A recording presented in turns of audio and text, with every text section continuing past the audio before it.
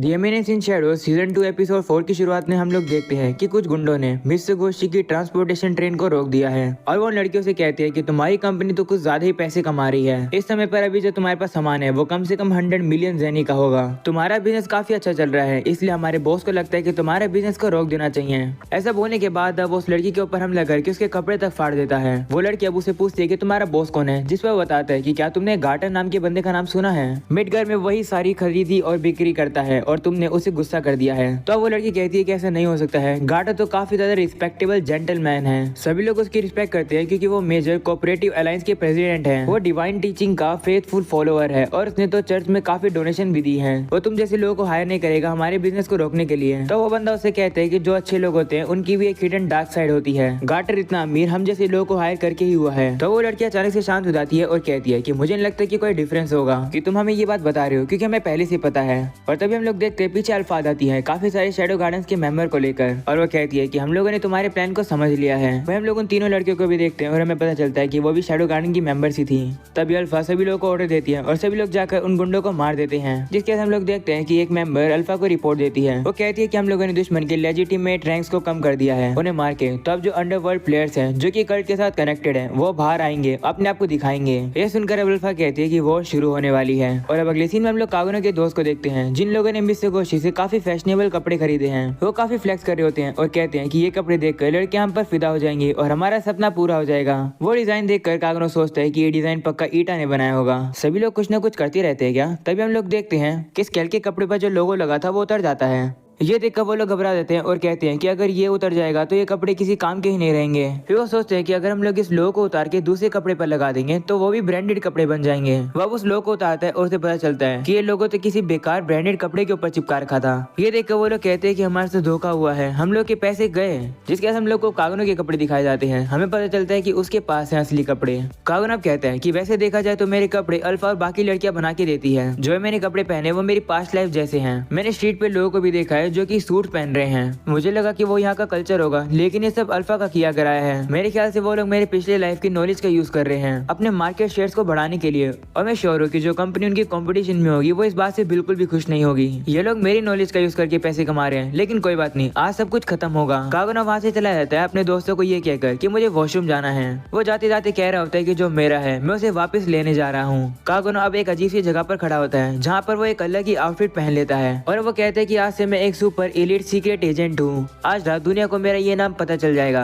जिसके बाद हमें पता चलता है कि शैडो युकिमे के पास आता है। शैडो कहते हैं कि मैंने शैडो नाम छोड़ दिया है, मेरा नाम अब से है जॉन स्मिथ। तो युकिमे उसे कहती है कि मुझे खुशी है कि तुम मुझे ज्वाइन कर रहे हो। जिस पर शैडो कहता है कि इसमें मेरा भी तो प्रॉफिट है, इसलिए मैं ये काम कर रहा हूँ। तो युकिमे उसे कहती है कि क्या तुम हमारे बीच का रिलेशनशिप सिर्फ प्रॉफिट के तौर पर ही रखोगे। तो शैडो कहता है कि तुम भी तो ये कर रही हो, छुपाना बंद करो। तो युकिमे कहती है ठीक है। हाल ही में गार्टर ने मेजर कोऑपरेटिव अलायंस की मीटिंग बुलाई थी। वो मित्सुबिशी को हराना चाहते हैं और कहा जा रहा है कि मित्सुबिशी काफी जल्द बंद होगी। हमारा प्लान तो अनचेंज रहेगा, वहीं पर मित्सुबिशी और मेजर कोऑपरेटिव अलायंस एक दूसरे को डिस्ट्रॉय करने में लगी होगी। तभी शैडो कहता है कि हम सब कुछ ले लेंगे। तो युकिमे उसे कहती है कि हम चाहते हैं कि तुम एक्शन लो हमारे लिए, लेकिन केयरफुल रहना। मेजर कोऑपरेटिव अलायंस के पीछे एक बंदा है, वो एक अंडरवर्ल्ड का स्पोर्ट्समैन है जो कि गार्टर से भी ऊपर है। इससे पहले किसी को पता चले उसने MCA के ऊपर कंट्रोल तक कर लिया। उसका नाम है गैटन द स्वॉर्ड डेविल। मैं उसे अच्छे से जानती हूँ। उसके रास्ते में जो भी आएगा वो उसे खत्म कर देता है। हम लोग को युकिमे की पीठ पर एक स्कार दिखाया जाता है, शायद से गैटन ने ही ये किया होगा।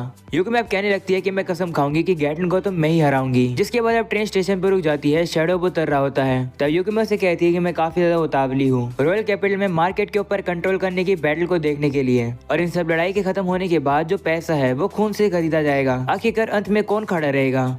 तो शैडो कहते हैं कि मैं सब कुछ तबाह कर दूंगा और इसे वापस से बना दूंगा। ऐसा बोलकर शैडो वहां से चला जाता है। और अब अगले सीन में हमें मार्केट का सीन दिखाया जाता है जहाँ पर गार्टर कॉर्पोरेशन काफी सारे सस्ते सामान बेच रही है। कह सकते हो कि सारा सामान सेल में बिक रहा है। वो सब सुनने के बाद जितनी भी लड़कियां होती है वो तो शॉपिंग करने के लिए आ जाती है। कागुनो के दोस्त भी शॉपिंग करने के लिए आते हैं, लेकिन आंटियां तो उन्हें धूल की तरह झाड़ देती है। वहीं पर कागुनो भी ये सब देख रहा होता है। वो देखता है कि सिर्फ गार्टर कॉर्पोरेशन ही नहीं बल्कि जितने और भी कॉर्पोरेशन है वो सामान को सस्ते में बेच रहे हैं। कागुनो कहता है कि शॉपिंग डिस्ट्रिक्ट में तो हर जगह पर सेल चल रही है। ये सभी मित्सुबिशी को हराना चाहते हैं। इसका मतलब अल्फा और बाकी लड़कियां काफी ज्यादा आगे आ गई हैं। वो एक्सप्लोसिव प्रोडक्ट जो कि तुम कंपनीज के स्टोर पर ही खरीद सकते हो। बिना लोकल डिस्ट्रीब्यूटर की परमिशन से वो लोग उन्हें बेच रहे हैं। इसकी वजह से डाउनटाउन शॉपिंग डिस्ट्रिक्ट भी उन पर गुस्सा है। युको में सही कह रही थी कि मित्सुबिशी को पूरी इंडस्ट्री से काफी ज्यादा हेट मिलेगा, इसलिए वो लोग मित्सुबिशी को तबाह करने का ट्राई करेंगे। ऐसा होने से पहले मैं सब कुछ डिस्ट्रॉय कर दूंगा और वापस से रिबिल्ड कर दूंगा। वो लोग मित्सुबिशी को डिस्ट्रॉय करेंगे और मैं उन्हें डिस्ट्रॉय कर दूंगा। मैं ढेर सारा बचा हुआ पैसा का यूज करूंगा एक ब्रांड न्यू मार्केट में मूव करने के लिए और एक न्यू कॉर्पोरेशन शुरू करने के लिए। मैं अल्फा और बाकी लड़कियों को उसकी अपर मैनेजमेंट के लिए इन्वाइट करूंगा और बस मैं इनको नेम चेंज करना है और मित्सुबिशी वापस से रिवाइव हो जाएगा। जब ये सब एक बार खत्म हो जाएगा तो वो लोग को समझ आ जाएगा कि यही सबसे बेस्ट चॉइस है। और अब अगले सीन में हम लोग देखते हैं कागुनो के दोस्त ने सेल में इतनी ज्यादा खींचातानी कर ली कि जो कपड़े होते हैं वही फट गए और अब उन्हें उनकी पेमेंट करनी होती है, लेकिन सिर्फ कॉइन्स में। तभी कागुनो बिल को देखकर कहते हैं कि मुझे ये बिल गलत क्यों लग रहा है। तो स्केल पूछता है गलत कैसे लग रहा है, जिस पर कागुनो कहते हैं कि मुझे नोट के ऊपर ये डिजाइन तो याद ही नहीं है। तो पू से बताते हैं कि ये वाला जो नोट है ये न्यू है और इसे मेजर कोऑपरेटिव अलायंस ने निकाला है, इसलिए तो आज सेल हुई है जिससे कि ये लोग इस नोट को प्रमोट कर सके। तो कागुनो पूछता है कि इससे पहले कौन से नोट यूज होते थे। तो पू से नोट दिखाता है और कहता है ये वाला, ये मित्सुबिशी बैंक की तरफ से है। स्केल बताता है कि पहले हम लोग सिर्फ इन्हें मित्सुबिशी की ऑफिशियल स्टोर फ्रंट पे ही यूज कर सकते थे, लेकिन अब हम इन्हें पूरी सिटी में यूज कर सकते हैं। ये सुनकर कागुनो कहते हैं क्या उन लोगों ने अपना खुद का बैंक भी बना लिया। वो अब याद करता है कि जब वो छोटा था तब उसने बीटा और बाकी सभी को बैंक और क्रेडिट क्रिएशन के बारे में बताया था। मुझे इतने अच्छे से याद नहीं है, लेकिन मैंने वो कन्वर्सेशन काफी जल्द खत्म कर दी थी। लेकिन उन लोगों ने तो इस इन्फॉर्मेशन का यूज किया और एक बैंक ही बना दिया। सिर्फ बैंक ही नहीं बल्कि उन्होंने तो अपनी खुद की करेंसी भी इश्यू कर दी। तभी स्केल कहने लगता है कि वो लोग तो कॉपीज को इंस्पायर कर रहे हैं। ये सुनकर कागुनो कहते हैं क्या कॉपीज, और देखता है कि जो मित्सुबिशी के जो बैंक नोट है वो मल्टी कलर प्रिंटिंग करते हैं और केयरफुली वाटरमार्क प्लेस करते हैं। लेकिन जो ये कोऑपरेटिव अलायंस वाला कॉपीकैट वर्जन है इसके ऊपर क्रूडर प्रिंटिंग है और सिंपलर डिजाइन है। इसका मतलब तभी कागुनो कहते हैं कि जब मैं छोटा था तब मेरा एक सपना था, मेरे पास 1000 येन का नोट था और मुझे लगा कि मैं कॉपी मशीन से उसे कॉपी करके ढेर सारे पैसे बना सकता हूँ। मैंने वो आइडिया ड्रॉप कर दिया था क्योंकि जो दुकान का ओनर था वो मुझ पर गुस्सा हो गया था, लेकिन अभी तो मैं एक सुपर एलीट सीक्रेट एजेंट हूँ, मैं अपने सपने को पूरा कर सकता हूँ। कागुनो अब उस नोट को लेकर वहाँ से भाग जाता है। तो अब उसके दोस्त भी उसे रोकने के लिए उसके पीछे दौड़ते हैं और अब वो रात में युकुमे से वापस से मिलने के लिए आता है। वो उसे मैजिक दिखा रहा होता है एक गोल्ड कॉइन को काफी सारे गोल्ड कॉइन बना के और कहते हैं कि मैं कुछ ऐसे ही करना चाहता हूँ। ये देखकर युकुमे कहती है कि क्या तुम पेपर मनी की बात कर रहे हो, यानी कि नोट। तो शैडो कहते हैं हाँ, उनके अंदर वेट नहीं होता है, लेकिन वो होती तो करेंसी ही है। कॉइन्स को तो लोग बस छुट्टे के लिए यूज करते हैं, कौन आखिरकार इतना वेट उठाए, सभी लोग तो नोट का यूज कर सकते हैं। चलो मैं तुम्हें एक एग्जाम्पल से समझाता हूँ। बैंक के अंदर तुमने 10,000 ज़ेनी रखी और बदले में तुम्हें 10,000 ज़ेनी का एक नोट मिलेगा जिससे कि तुम सामान वगैरह खरीद सकते हो। देखा यहाँ पर कुछ अजीब हुआ, बैंक में भी तुम्हारे पास 10,000 ज़ेनी है और तुम्हारे हाथ में भी 10,000 ज़ेनी हो जाएंगे, तो एक तरीके से पैसे डबल होकर 20,000 ज़ेनी हो जाएगा। अगर 10,000 ज़ेनी बैंक में ऐसे ही पड़े रहेंगे तो कोई भी दिक्कत नहीं है। जब तक ओरिजिनल 10,000 ज़ेनी मार्केट में सर्कुलेट नहीं होता तब तक कोई भी कॉन्ट्रडिक्शन नहीं होगा। लेकिन बैंक ने पहले ही डिपॉजिट किए हुए 10,000 ज़ेनी को यूज कर लिया किसी और को पैसे देने के लिए। तो अब युकुमे कहती है कि अगर मित्सुबिशी बैंक के पास ज्यादा पैसा होगा तो उनके लिए काफी अच्छी अपॉर्चुनिटी है, क्योंकि मर्चेंट उनसे काफी ज्यादा पैसे बोरो करना चाहेगी और बैंक उन्हें पेपर मनी देकर उनकी डिमांड पूरी कर देगा। तो शैडो कहता है हाँ, वॉलेट में कोई भी हैवी कॉइन्स को लेकर घूमना नहीं चाहता है, ज्यादातर पेपर मनी ही कन्वीनियंट होता है। इसका मतलब बैंक में जो 10,000 ज़ेनी पड़े होंगे वो और ज्यादा मल्टीप्लाइड होते जाएंगे क्योंकि किसी ने उन्हें यूज ही नहीं किया। और मित्सुबिशी बैंक का इससे काफी प्रॉफिट होगा क्योंकि पैसों पर वो इंटरेस्ट जो लेंगे। ये होती है क्रेडिट क्रिएशन की असली वैल्यू। ये सुनकर युकुमे कहती है ओह, तो मित्सुबिशी इतने समय से ये करता आ रहा है। उनका लीडर जिसने ये आइडिया सोचा है वो तो कितना कमाल का होगा, आखिरकार वो कैसा पर्सन होगा, मैं उसे मिलना चाहती हूँ। तब शैडो से दोनों नोट देता है और कहता है कि इन दोनों को कंपेयर करके देखो। तो युकुमे कहती है कि एक के ऊपर वाटर मार्क है तो दूसरे के ऊपर नहीं है। शैडो कहते हैं हाँ, जो मेजर कोऑपरेटिव अलायंस है उसका जो डिजाइन है वो थोड़ा रफर है, उनकी प्रिंटिंग एजेस रफ है। क्या तुम्हें पता है इसका क्या मतलब है? तो युकुमे कहती है हाँ, इनकी कॉपी बनाना आसान है। ये सुनकर शैडो स्माइल करता है और कहता है हाँ, हम लोग नकली पैसा बनाएंगे और उससे हम लोग काफी पैसा कमाएंगे। तो युकुमे से कहती है कि क्या तुम्हें पता तो है ना कि मेजर कोऑपरेशन अलायंस के जो नोट है वो अभी भी रॉयल कैपिटल में सर्कुलेट हो रहे हैं। अगर हम लोग उनकी कॉपी बनाएंगे तो जो अथॉरिटीज है वो सोर्स को ट्रेस करने की कोशिश करेंगे, लेकिन अगर हम लोग छोटे अमाउंट में ये ट्राई करेंगे तो शायद से हो सकता है कि हम लोग बिना पकड़े जाए ये कर सकते हैं, लेकिन मुझे नहीं लगता कि हम लोग इससे ज्यादा पैसे कमा पाएंगे। ये सुनकर शैडो कांपने लगता है, उसके हाथ से कॉइन्स भी गिर जाते हैं। शैडो उसके पास आता है और कहता है कि क्या तुम्हें सही में यही लगता है? तो युकुमे कहती है मैं तुम्हारे प्लान को समझ गई, तुम जानबूझ के नकली पैसों को पकड़वाना चाहते हो ना, जिससे कि जो लोग के अंदर जो नोट पर विश्वास है वो कम हो जाए और वो जल्दी से बैंक की तरफ भागेंगे, उसे कॉइन में बदलवाएंगे। और क्योंकि हमारे पास बैंक में काफी ज्यादा पैसा है इससे हमारा काफी प्रॉफिट होगा। तुम्हारा प्लान इतनी देर से ये था। मैं शैडो तो चुप रहता है क्योंकि उसका ये प्लान था ही नहीं। यूको मैंने खुद से सब कुछ बना लिया। वो वापस अब उसे पूछते कि क्या सही में तुम यही सोचती हो? तब शैडो की पावर देखकर यूको में थोड़ी सी घबराने लगती है और वो उसे कहती हाँ मैं यही सोचती हूँ। इस प्लान के अंदर कोई भी कमी नहीं है। जिसके बाद हम लोग देखते हैं कि स्टेशन आ जाता है। शैडो अब वहाँ से निकल कर चला जाता है। तब यूको में कहती है अंत में शैडो तो बस मेरी सिंसियरिटी को टेस्ट कर रहा था। अच्छा हुआ प्रेशर में आके मैंने गलत जवाब नहीं दिया। और अब अगले सीन में हमें एक कार्ड को दिखाया जाता है। शैडो गार्डन के मेंबर्स ने उस पर कब्जा कर लिया। उसके ओनर को मारने के बाद वहीं पर हम लोग कागनों को देखते हैं जो कि वहीं पर खाना खा रहा होता है। वो सोचने लगता है कि जो मेरी जॉन स्मिथ की आइडेंटिटी है मुझे उसे छुपाना होगा और अपने मिस गोशी और मेजर कोऑपरेटिव अलायंस की बैटल कराने वाले मिशन को पूरा करना होगा। मैं वो आदमी हूँ जो कि अपनी ऑर्गेनाइजेशन को बिट्रे कर रहा हूँ उसे बचाने के लिए।